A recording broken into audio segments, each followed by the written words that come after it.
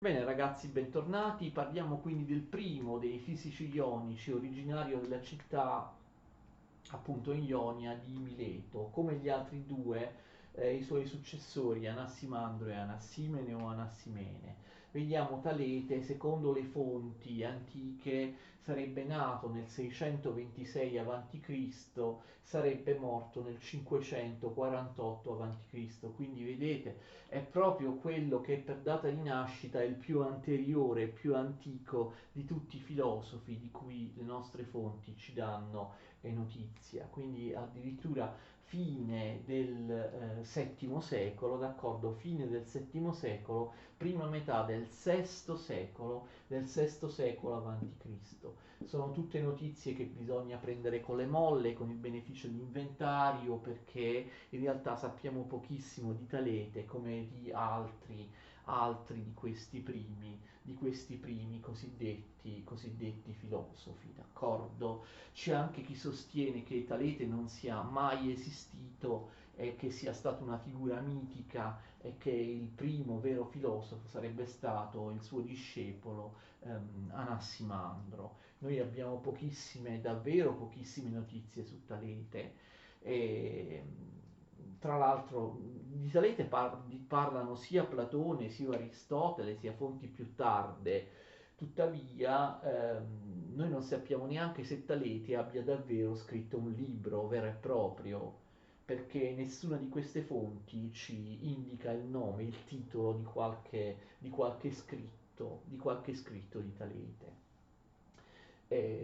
Molti di questi primi filosofi non erano solo ciò che noi intendiamo come filosofi, erano dei sapienti, no? Abbiamo già spiegato nelle lezioni introduttive che filosofia significa cultura, significa sapienza, significa amore per la sapienza, per il sapere. Quindi il filosofo era quello che era un sapiente, ma in tanti rami dello scibile umano, in tante discipline, non solo in quella che noi oggi chiamiamo filosofia, questo l'abbiamo già detto nelle lezioni introduttive alla filosofia e nelle lezioni introduttive alla filosofia greca.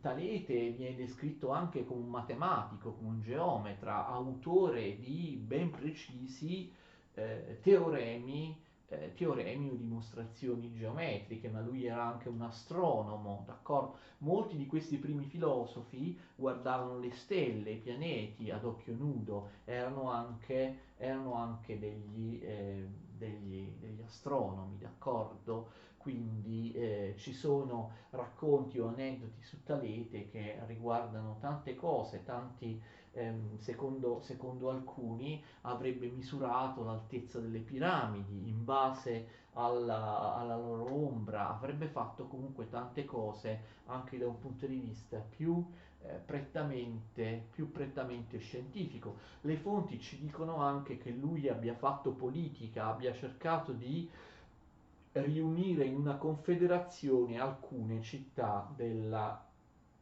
Ionia. Non sappiamo se lui abbia viaggiato, probabilmente sì, molti di questi primi autori, filosofi, erano dei grandi viaggiatori che spesso erano andati in Egitto, nel vicino Oriente e così via.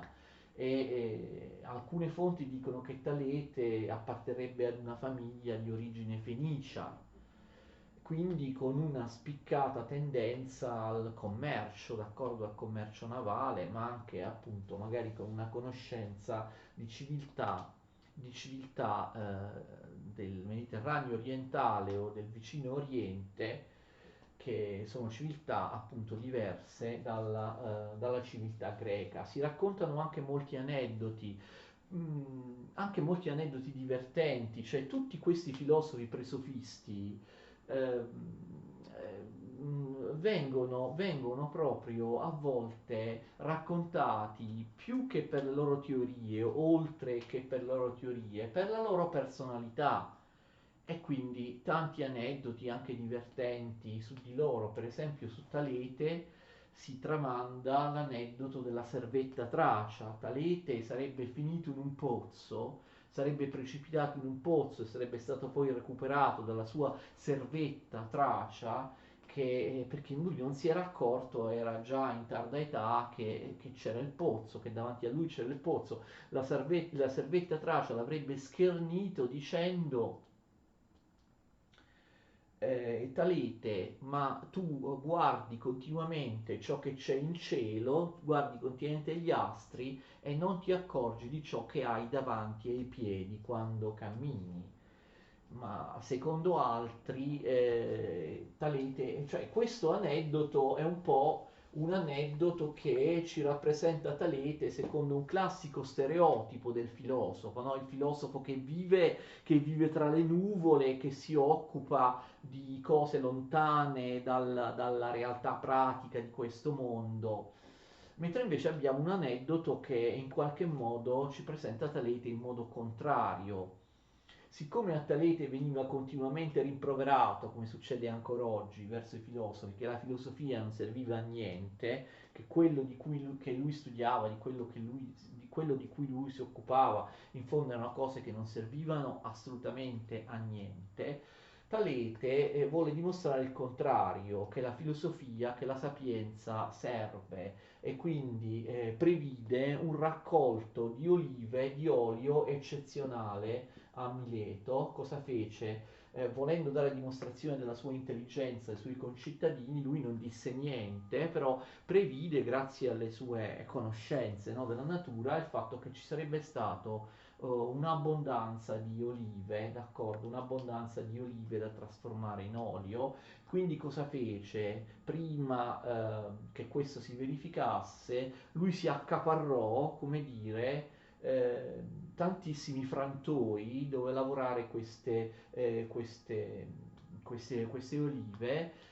Praticamente, ovviamente, quando si realizzò questo raccolto enorme, molto abbondante, le persone erano prive di frantoi e dovettero andare a comprarli da Talete, che quindi li rivendette a un prezzo maggiore rispetto a quello a cui li aveva acquistati, quindi dando dimostrazione che la filosofia non è inutile, no? Che la filosofia attraverso l'intelligenza, la cultura ti permette di realizzare un arricchimento, d'accordo? Che quindi la filosofia serve anche alla vita pratica, serve anche a guadagnare.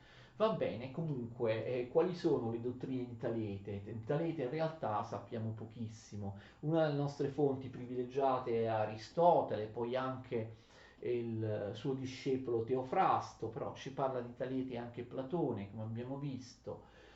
Le fonti antiche, per esempio Aristotele, ci dicono che Talete sosteneva che l'archè delle cose è l'acqua, d'accordo? L'archè delle cose è l'acqua, uno dei quattro elementi, no? Che poi avrebbe quindi dato luogo agli altri, aria, terra e fuoco. Abbiamo visto l'archè nei due sensi, probabilmente Talete diceva che all'inizio vi era soltanto l'acqua e poi l'acqua si è trasformata in aria, terra e fuoco. Questo è il primo significato del termine archè, no? Come origine, come inizio, però abbiamo qualche dubbio perché a differenza di autori successivi nessuna fonte ci riporta come sarebbe avvenuta questa appunto cosmogonia.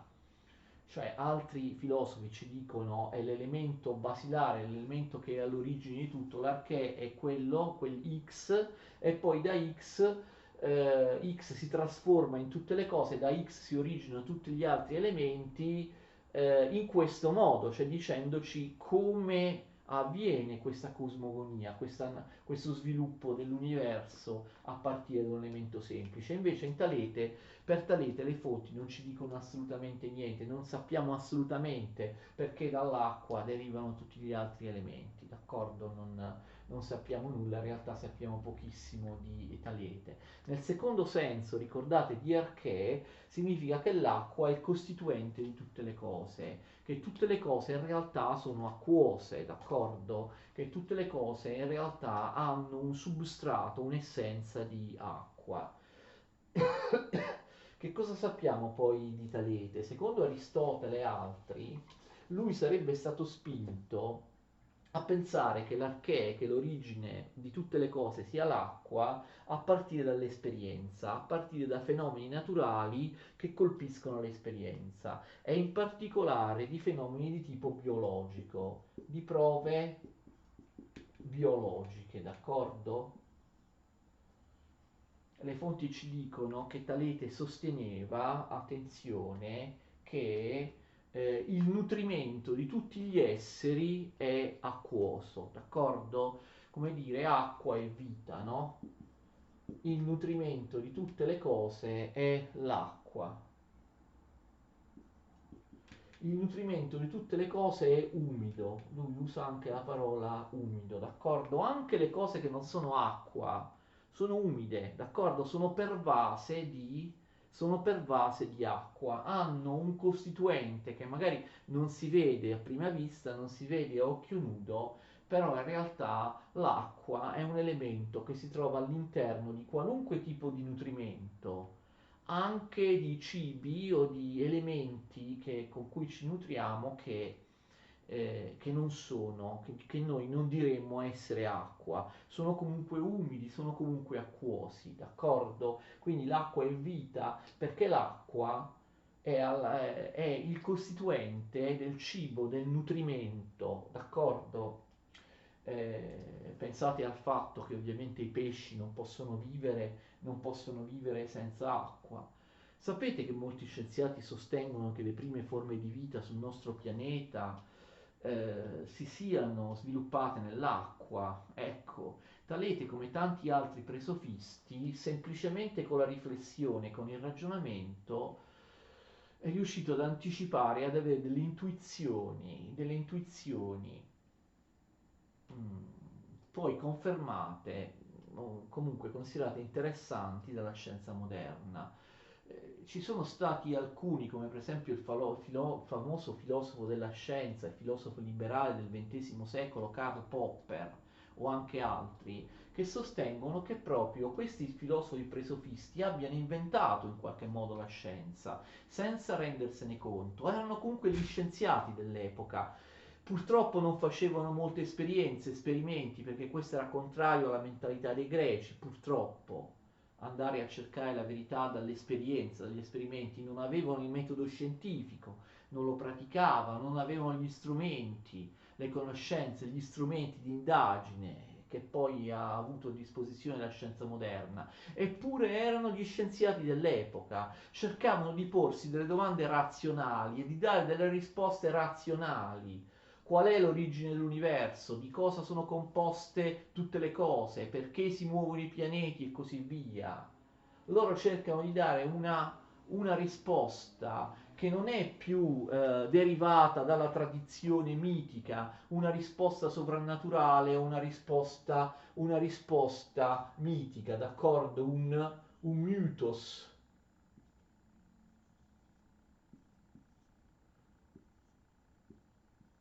Un mythos, e attenzione che mito, mythos in greco, non vuol dire soltanto mito, storia sovrannaturale. Mythos vuol dire racconto, d'accordo? È ciò che viene raccontato, è ciò che viene raccontato in maniera magari identica, tramandato per secoli e secoli, perché si pretende che questa storia, che questo racconto sia originario, derivi da una divinità, d'accordo? Un pensiero mitico, inalterato per secoli. Invece loro, questi primi filosofi, cercano di sostituire, di passare dal mythos al logos. Logos in greco è una parola che ha tantissimi significati. Logos significa parola, logos significa discorso, logos significa dottrina o opinione, d'accordo? Ma logos significa anche ragione, ok? Passare dal mythos al logos, dalla storia mitica, dalla mitologia, dal racconto sempre uguale, tramandato per generazioni, dalla tradizione a una risposta razionale, risposte che magari non si trovano nei miti, non si trovano nella tradizione, risposte che quindi in qualche modo, a loro modo, sono risposte scientifiche, sono interpretazioni razionali, scientifiche, naturalistiche, d'accordo? Sono delle naturalistiche nel senso che non fanno più riferimento alla mitologia, alle storie tramandate, ma cercare di dire qualcosa di nuovo, ciò che mi sembra in base alla riflessione, alla ragione. Questi personaggi, pur non avendo ai loro tempi gli strumenti che abbiamo noi, fanno in qualche modo scienza, cercano di trovare il principio, la spiegazione, l'interpretazione della natura e situano questa spiegazione, questo principio in un elemento fisico, capite? In un elemento materiale, non in qualcosa di sovrannaturale che viene dagli dei, eccetera, ma in un principio della physis, della natura, in questo caso l'acqua, d'accordo? Ok, l'acqua abbiamo visto come l'archè in molti di questi filosofi viene in qualche modo divinizzata, d'accordo? L'acqua è alla base proprio dell'ordine, del senso, comunque non sappiamo bene, che non abbiamo quasi nessuna testimonianza di Talete, va bene? Ho fatto un po' un excursus, quindi il nutrimento di tutte le cose è umido, ma Talete diceva, dicono le fonti, che anche i semi di tutte le cose sono umidi, d'accordo? I semi di tutte le cose sono umidi. I semi che originano tutte le cose, che siano delle piante, che siano degli animali, che sia il seme umano, d'accordo? È evidentemente qualcosa di acquoso, qualcosa di umido. Quindi il nutrimento di tutte le cose è umido e acquoso, i semi di tutte le cose sono umidi e l'umidità è la caratteristica fondamentale dell'acqua. Attenzione, le fonti dicono anche che Talete avrebbe sostenuto che il cadavere rinsecchisce, d'accordo? Quando si muore, che cos'è la morte? Che cosa porta a cosa porta la morte? A perdita di acqua, a disidratazione. Il cadavere rinsecchisce, il cadavere rispetto al corpo del vivente, il cadavere ha perso acqua, d'accordo? Il cadavere è qualcosa che rinsecchisce perché la morte significa mancanza di acqua, la vita significa presenza di acqua abbondante nel nostro organismo. Sono tutte osservazioni che si possono trarre empiricamente da fenomeni di tipo biologico che riguardano la vita, che riguardano la vita degli esseri umani, degli animali o dei vegetali, e quindi l'idea che la vita derivi dall'acqua. Questa è una possibile spiegazione, appunto su Talete però non sappiamo moltissimo. Anche da un punto di vista, pensate, astronomico, Talete sosteneva che la Terra, la nostra Terra, il nostro pianeta si poggiasse sull'acqua e quindi che l'acqua fosse proprio, intendete, un elemento fondamentale dell'universo perché sarebbe stato, secondo Talete, proprio la base, l'acqua, cioè un'acqua all'interno del nostro cosmo, sarebbe stata proprio la base, il sostegno dei pianeti o comunque perlomeno del nostro pianeta. Talete diceva se il nostro pianeta è stabile, se il nostro pianeta non cade, non cade nell'immensità è perché al di sotto è retto da una massa d'acqua. Ok?